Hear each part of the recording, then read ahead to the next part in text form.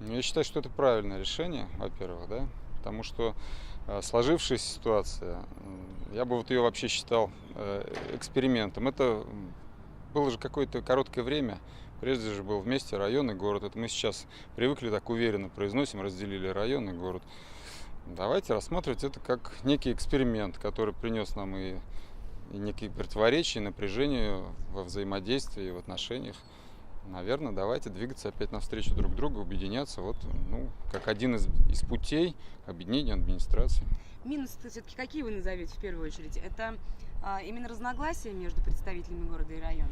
Минусы существующей Да. ситуации? Ну, наверное, разногласия в чем? Они вызваны разделением полномочий, может быть, не самым оптимальным. Я вот когда стал депутатом и столкнулся, для меня было новостью, когда обращаются директора школ или заведующие детских садов с какой-то просьбой, ты так уверенно обращаешься в администрацию города, которая является исполнительной властью и должна принять какие-то меры, а тебе вдруг как новость говорят, что это не наши полномочия.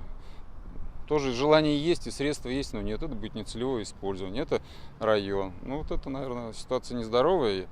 Она, конечно, не решается объединением администрации, полномочия по-прежнему они остаются у каждого свои, но, наверное, это вот тот путь, на котором мы сейчас встаем.